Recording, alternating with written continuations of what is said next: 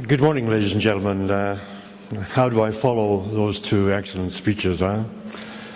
Very moving indeed. First of all, I'd like to say thank you very much to Helen and to PSR for organising this great symposium. I'm going to be discussing perhaps a couple of the most important aspects of Fukushima. One is the source term, actually what actually happened, what came out, and secondly, I'm going to make a stab at trying to estimate some of the health effects from the fallout from Fukushima. This is what I'm going to be discussing. I'm going to be looking at some photos of the disaster, some maps of the fallout dispersion, some of the chat about some of the source terms, although there's quite a lot of question about them. And then I'm going to be going on to the health effects, initial health effects, which we're already seeing, and what to expect in the future. And then I'm going to finish with collective doses. Yesterday afternoon, David Remner came and talked about the importance of population doses. That's the same thing as collective doses. This is the earthquake in March 2011. I'm going to run some, we've seen some of these before. This is Fukushima Daiichi. This is the tsunami hitting Fukushima. That's been seen before. This one hasn't. This shows the height of the surge, over 130 feet high, hitting the seawall. And this shows the water surging through the plant. This is about 30 feet high, the water wall going through. These are photographs of the interior of the plant, showing the water, particularly in the bottom three slides, D, E, and F, submerging important equipment. On March the 12th, there was an explosion at Unit 1. And 2 days later, March the 14th, an explosion at Unit 3. You can see it's quite different from the explosion. I'll just point out here, this debris here is huge. And in a future slide, I'll show you what the effect is of this massive amount of debris going up. The next thing is that on March the 15th, and this is not really very clear, TEPCO do their best to try and hide this, but about just shortly after 6 o'clock in the morning, Japanese time, there was a quote-unquote explosive event in the fuel pond at Unit 2, and that was followed seconds later by another explosive event in the spent fuel pond at Unit 4. So these two events on the 15th were very, very intimately connected, and we don't know the reason why yet. And then the next day, on March the 16th, again, early in the morning, there was a major explosion at Unit 4, that's the fuel pond. Those two explosions on the 15th and 16th were not videotaped because it was dark and there was no TV crews actually taking footage at the time. Just give us a timeline of the various explosions. I should say, and I would sort of reflect what Arnie Gunnarsson said, that there's a lot of questions yet. Many emissions and high radiation levels which are still unexplained. We're still, only 2 years after the accident, we're still piecing things together. And TEPCO is running interference and making damn sure that we don't find out what's going on. But nevertheless, if we can look here, the damage to, we've seen some of these before, the damage to the reactors 4, 3, 2, and 1. 4, 3, 2, and 1. And going on from the top, these are the reactors 3, 2, and 1. 3, 2, and 1. And you can see here These holes and the turbine holes are a result of the falling debris from the reactor. These are huge holes, about 20, 30 feet in diameter, which means that big chunks of the reactor and or fuel pond went straight up into the air. And yes, you heard yesterday Arne Gundersen say that he thought that perhaps there was a criticality involved, but that was a minority view. Well, I share that view. It doesn't matter if it's a minority. There's quite a bit of evidence suggesting that something more than a hydrogen explosion took place. Of course, the officials, TEPCO and the Japanese government agencies deny it, but there's far too much plutonium and uranium lying around the rest of Fukushima for there not to have been a criticality accident, event, I should say. So we'll see in future what actually happens. Again, more damage from to reactors 4 and reactor 3. So just to recap what happened. There was at least four explosions in the reactors at units 1, 2, and 3, and in the spent fuel pond at unit 4. There was overheating in the 4 spent fuel ponds, and there was a fire in unit 4. There were core marathons in units 1, 2, and 3, and we don't really know where the melted fuel is. It's probably the basements of the 1, 2, and 3, but we're not absolutely sure. Many workers suffered very high radiation levels, 250 millisieverts plus. Big evacuations as well. We'll go on to that. About 12,000, putting some numbers, 12,000 workers were exposed. About 100,000 people were evacuated. Lots of contamination of food and water. And about 8% of Japan's surface area was contaminated. These are the evacuation areas, color-coded so you can follow them. I think that rather than me just discussing this in great detail, if you want to, you can download this or you'll be given copies of it so you can study it at your leisure. But the pink, the green, and the purple areas all had different parameters about when and the numbers of people who were evacuated. Here again, more precise data about evacuation numbers and zones. This is a photograph, an image from surveys done by US military, basically, of helicopters about 100 meters above surface, measuring cesium levels, both 134 and 137. And you can see here a distinct horseshoe-shaped pattern of deposition from the plumes at Fukushima. Also, you can see there's quite a lot of population centers. These are the purple-colored areas. Here. These are high population areas. You say, well, why are you mentioning population areas? Because it's where there's high populations that you get the deaths. And it's where you get high population doses. It's people that count. If the radiation falls in an area where nobody lives, then we're perhaps less concerned.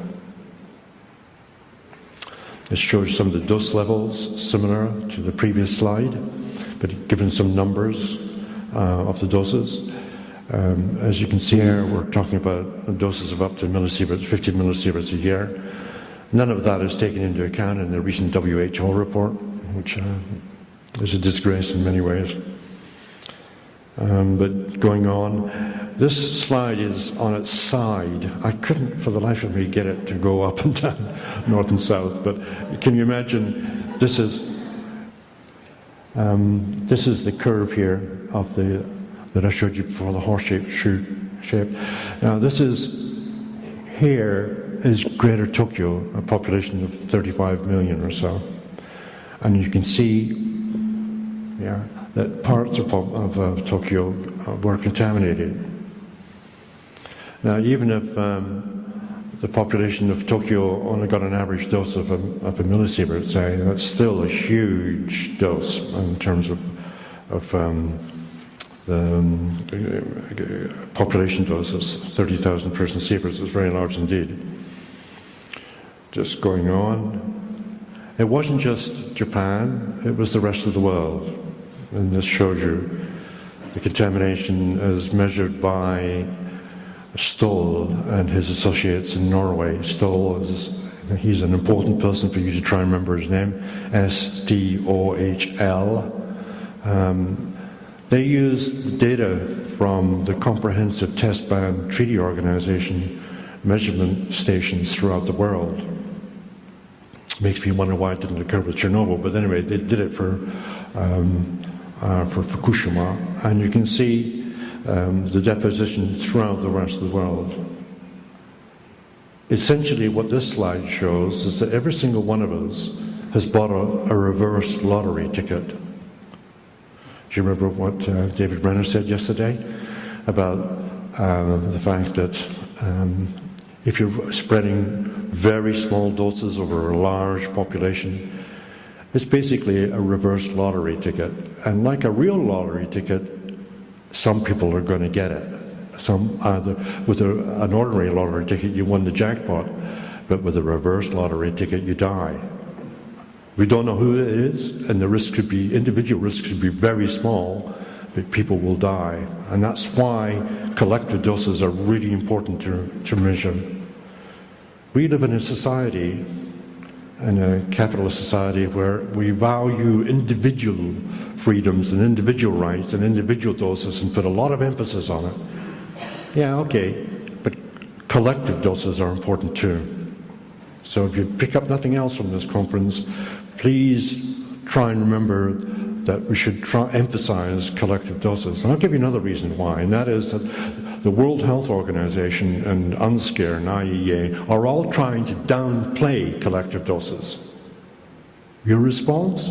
Pick it up. Right? It's important. The next slide is again by Stoll. It's not very clear, but it's the best I've got.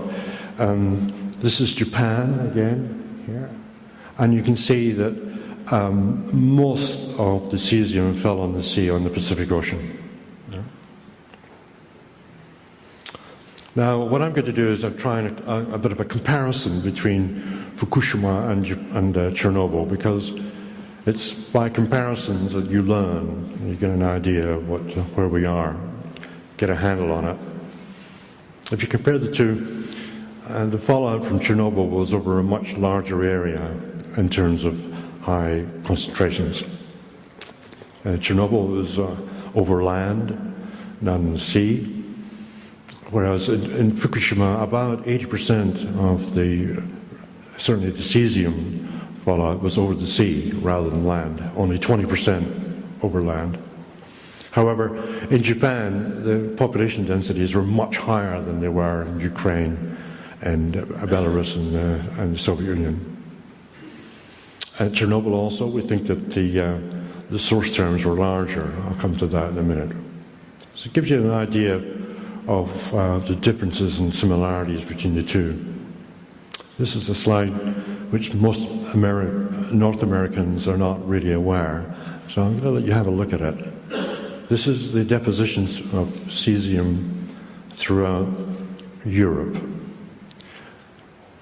In essence, ladies and gentlemen, Europe was clobbered. 60% of the fallout from Chernobyl fell on Western Europe. The highest concentrations were in Belarus, Ukraine, and Russia, but the actual amounts were spread throughout the whole of Western Europe. There's one slightly funny aspect in that, and that is if you look at France here, La Belle France, French government announced that the Chernobyl fallout couldn't possibly land in France. It was the trouble. We can laugh at it now, but at the time they took it seriously. I kid you not. And when this data came out, they were the result was that a number of cabinet ministers had to resign. I kid you not. And another thing is that, for those people who are students of irony, so to speak, is if you look at the UK, the highest doses that fell out from the plume fell on Sellafield. It was quite funny. But just going on a little bit, I'm going to look now at this area here in the next slide. This is it here, and this is Chernobyl, and you can see the concentrations which fell. These are high concentrations in the immediate area. Now the next slide is going to be a bit of a shocker, but I hope you'll take it on the chin. I've superimposed here Fukushima on top of the map that I showed you previously. It was the same scales, and the colors are roughly again to the same scale. So it gives you an idea of the respective sizes of the fallouts. Now, you're not just to take away from that Fukushima is not important. Of course it is. It's very serious indeed. It's just that Chernobyl was a catastrophe. And I use the word advisedly. Alexei used the word, and I totally agree. It was and is a catastrophe for the rest of Europe. And Japan's got its own one now. I'm not minimizing Japan at all, Fukushima at all. It's just that in the scale of things, Chernobyl was and is very bad. And I'm going to talk now a little bit about the source term. It's quite debatable. The most important nuclides are cesium from Fukushima. There's quite a bit of debate. Yesterday, Ken Bussler showed there was a number of estimates. The Japanese ones were all about 10 petabecquerels instead of 36 from Fukushima. I hope you don't mind my using these words. Petabecquerel is basically 15 zeros after one.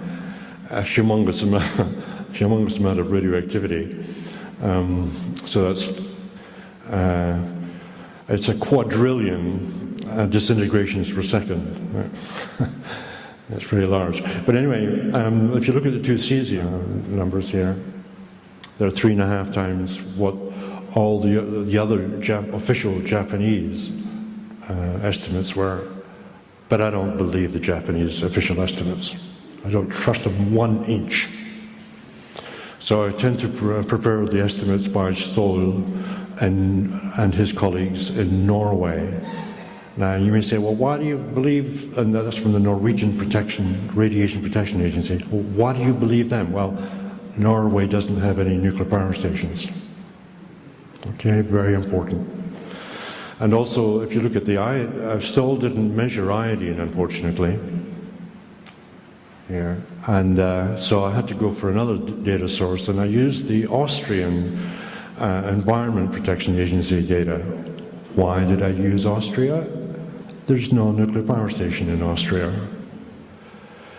One of the things I've learned, I've been in this area for a long time, and one of the things I've found out, any country that's got nuclear power in it, the information data sources are contaminated.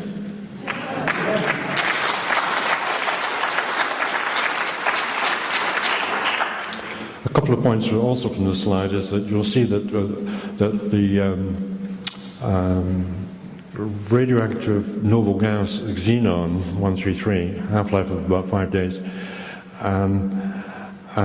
actually more was emitted from Fukushima than Chernobyl, mainly because there was 3 reactors that went up, whereas at Chernobyl there was 1. These data show very roughly that what I had shown earlier, that the effect from Fukushima was about an order of magnitude lower than the effect from Chernobyl. Now, this is an interesting slide, which I said to you that Chernobyl was really, really bad. Hey, guess what was worse? Well, you look at it for a second. The important is the x-axis, which gives you the time. The year is 1960, or 55, 60, 65. Guess what happened then? You got it. It was the atmospheric bomb tests. And you can see that it put out a huge amount of cesium into the atmosphere. In 1986, you had Chernobyl, which was short, sharp and sweet, 10 days. Followed by, as you can see, the body burden of cesium now.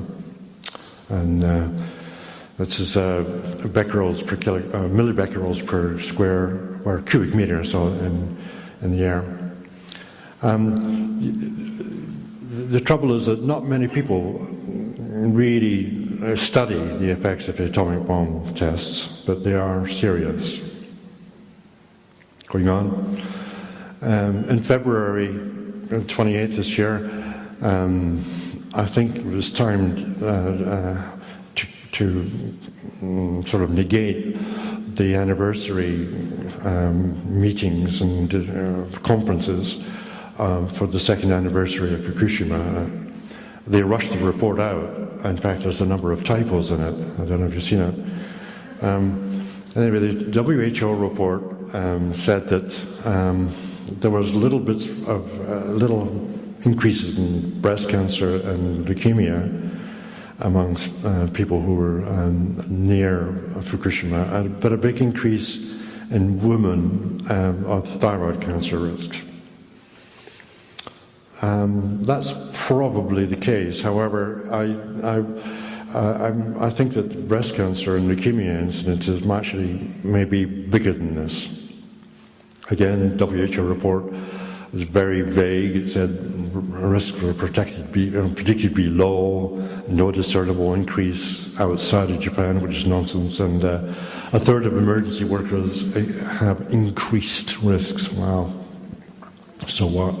I mean, the thing is that you should try and get numbers to these, and they haven't done it. The WHO report. I'm going to talk a little bit about what we can expect to happen at Fukushima, unfortunately, using Chernobyl as a guide.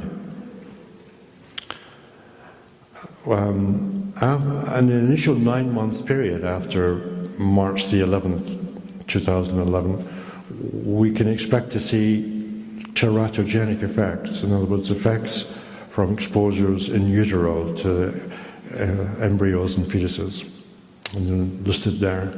After 2 years, we expect to see leukemias increasing in adults, but they are really hard to pick up because leukemia is a relatively rare disease. After 4 years, we expect to see increases in thyroid cancers coming along, and after 10 years, solid cancers and various other effects, particularly cardiovascular effects. That's what we expect to see in that timeline. Now, we're already 2 years past, so I've said here, within the first 9 months, are there any effects? Well, yes, there are. And it's due to a gentleman called Dr. Alfred Körblein, who lives in Nuremberg, that we owe a great deal of thanks, because he's dug up the data and this is what he's found. He found a peak in infant mortality about 6 weeks after the March the 11th, 2011. And Alexia showed this before, but this peak here is quite significant. It shows that, I'll just go on to the next slide. It shows a 3-fold increase in infant mortality rate,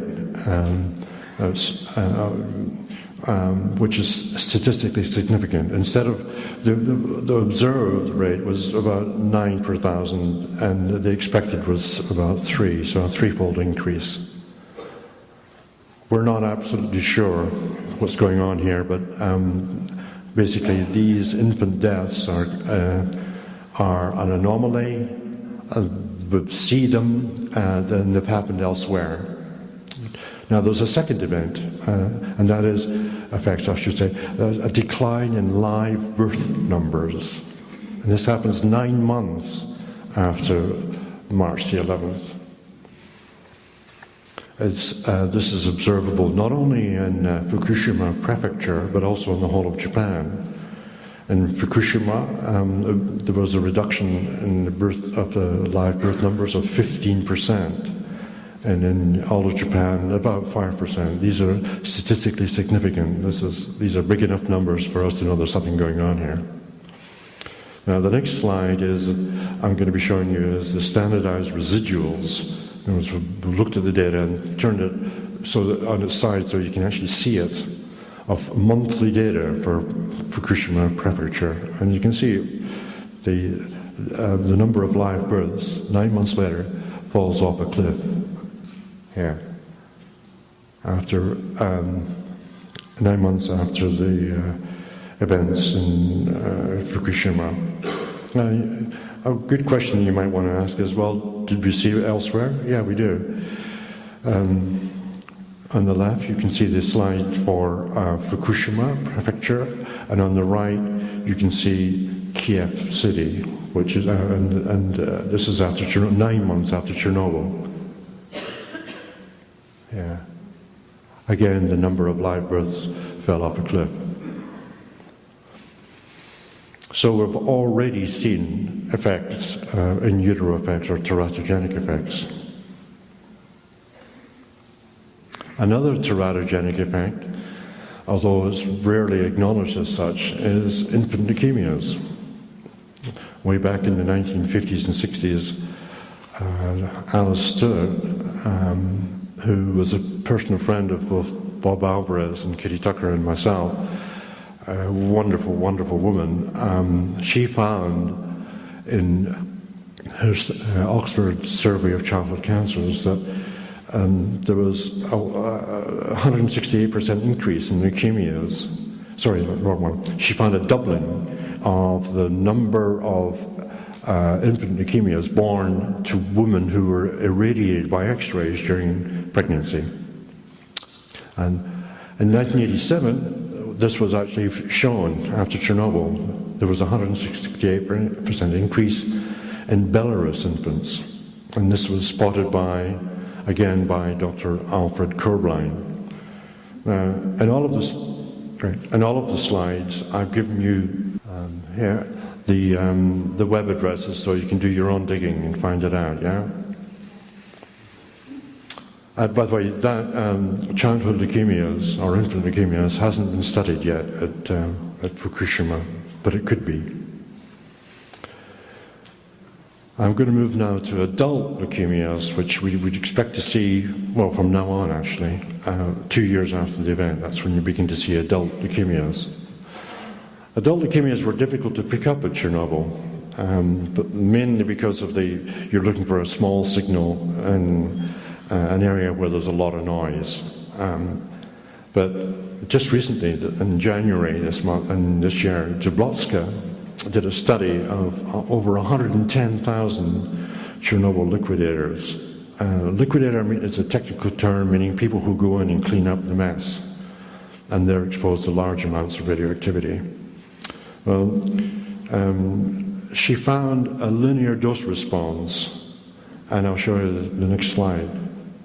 Now, this is really important because for a number of reasons. One is that it's a very clear evidence of leukemia increases.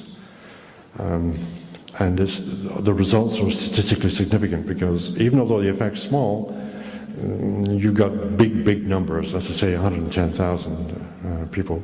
The amount of work they put into this is just amazing. Looking at case records for 110,000 people, it takes a long time. One of the significant things is if you look at the actual data points here, we're down to about 10, 15 millisieverts. So whenever anybody tells you, oh, there's no effects from radiation below 100 millisieverts, well, what a pile of a crock of S, basically. Look at this stuff here.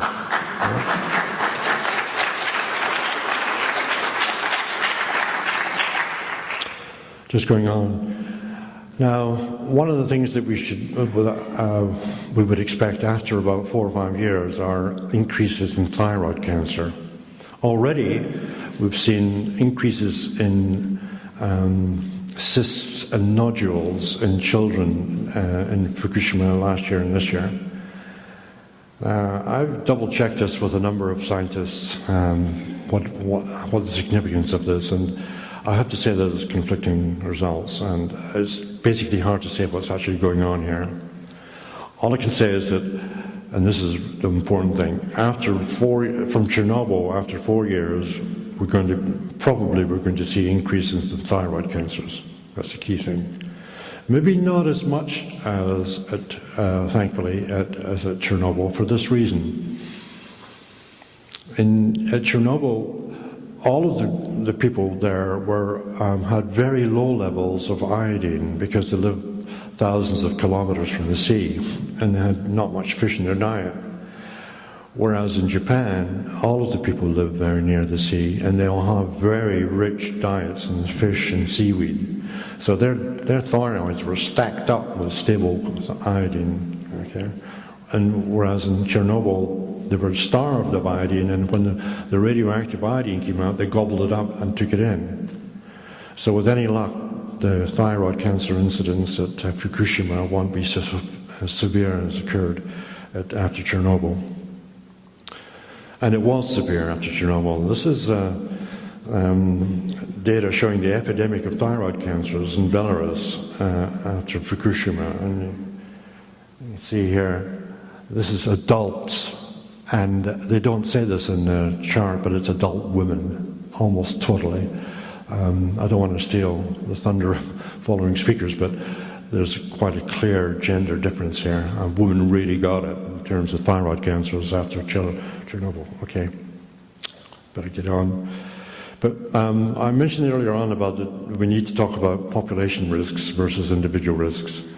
There's a lot of emphasis on individual risks, but really we need to talk about population risks as well.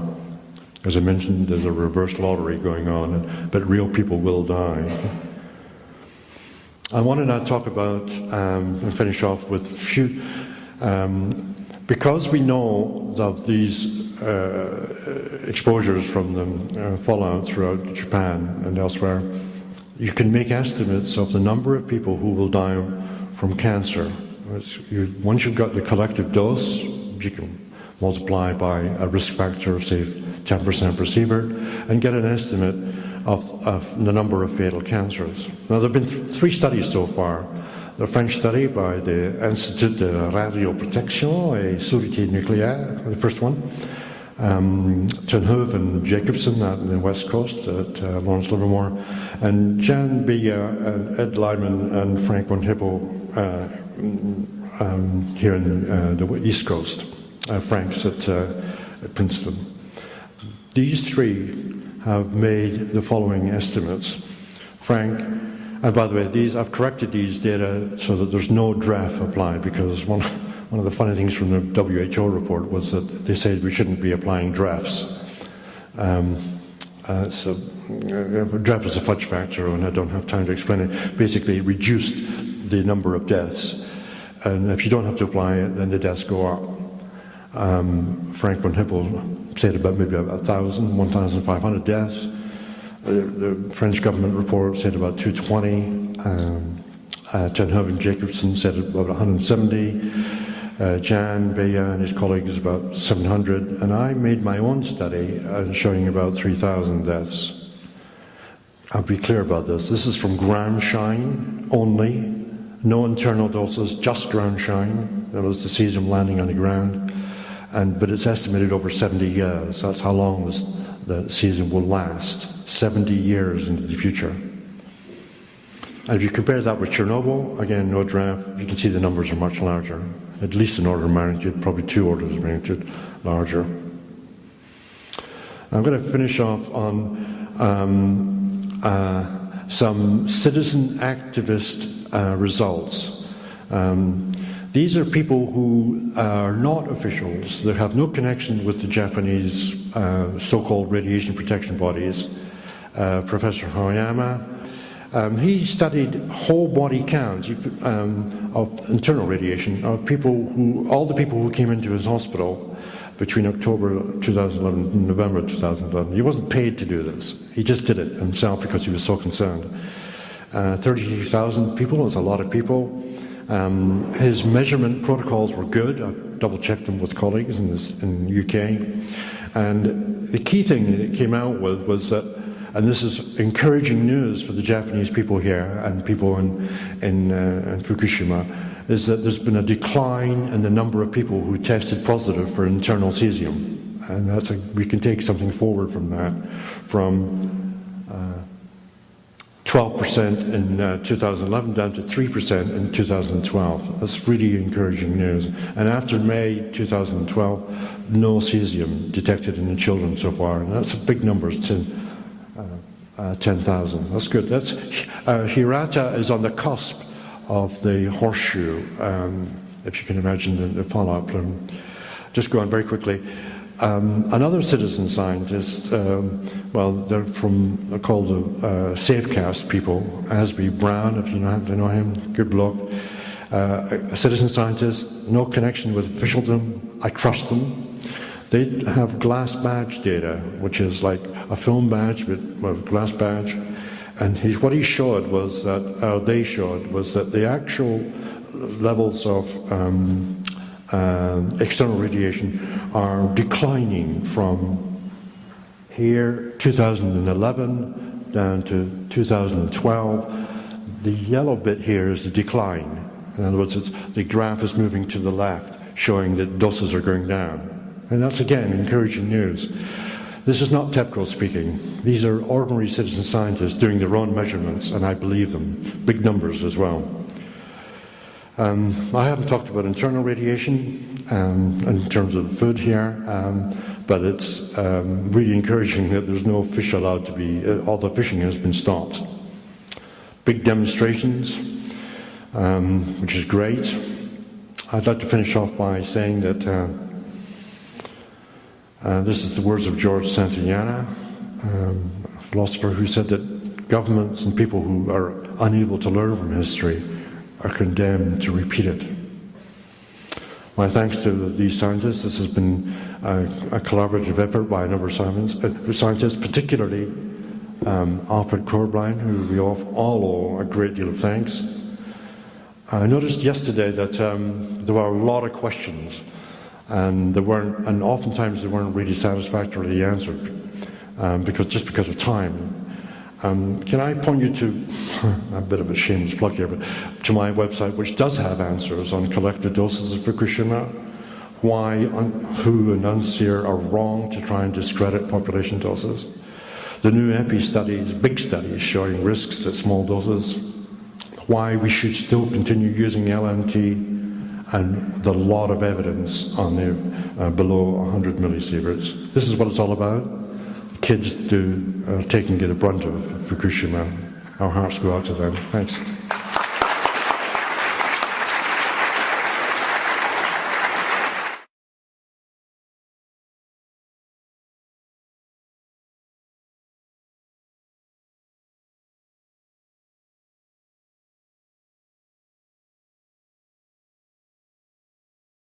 Oh yeah, go on, click the subscribe button.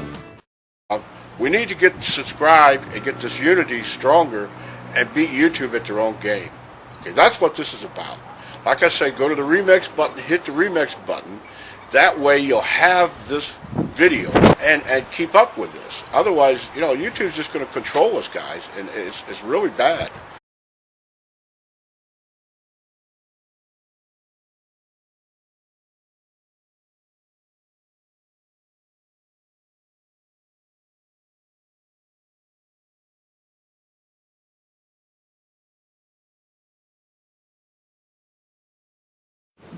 Good morning, ladies and gentlemen. How do I follow those two excellent speeches? Very moving indeed. First of all, I'd like to say thank you very much to Helen and to PSR for organising this great symposium. I'm going to be discussing perhaps a couple of the most important aspects of Fukushima. One is the source term, actually what actually happened, what came out, and secondly, I'm going to make a stab at trying to estimate some of the health effects from the fallout from Fukushima. Arnie Gardnerson said that there's a lot of questions yet, many emissions and high radiation levels which are still unexplained. We're still, only 2 years after the accident, we're still piecing things together, and TEPCO is running interference and making damn sure that we don't find out what's going on. But nevertheless, if we can look here, the damage to, we've seen some of these before, the damage to the reactors 4, 3, 2, and 1. 4, 3, 2, and 1. And going on from the top, these are the reactors 3, 2, and 1. 3, 2, and 1. And you can see here, these holes and the turbine holes are a result of the falling debris from the reactor. These are huge holes, about 20, 30 feet in diameter, which means that 130 feet high, hitting the seawall. And this shows the water surging through the plant. This is about 30 feet high, the water wall going through.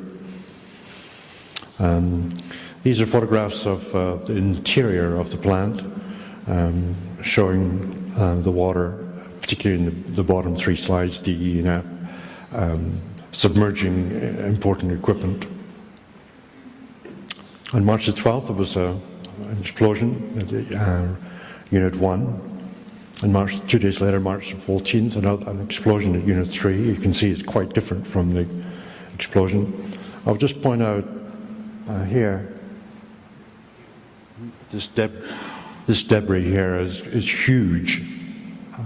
And in a future slide, I'll show you what the effect is of this massive amount of debris going up. The next thing is that on March the 15th, and this is not really what I'm going to be discussing. I'm going to be looking at some photos of the disaster, some maps of the fallout dispersion, some of the chat about some of the source terms, although there's quite a lot of question about them. And then I'm going to be going on to health effects, initial health effects, which we're already seeing, and what to expect in the future. And then I'm going to finish with collective doses. Yesterday afternoon, David Remner came and talked about the importance of population doses. That's the same thing as collective doses. This is the earthquake in March 2011.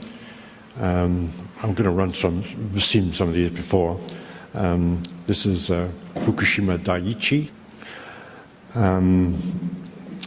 This is the tsunami hitting Fukushima.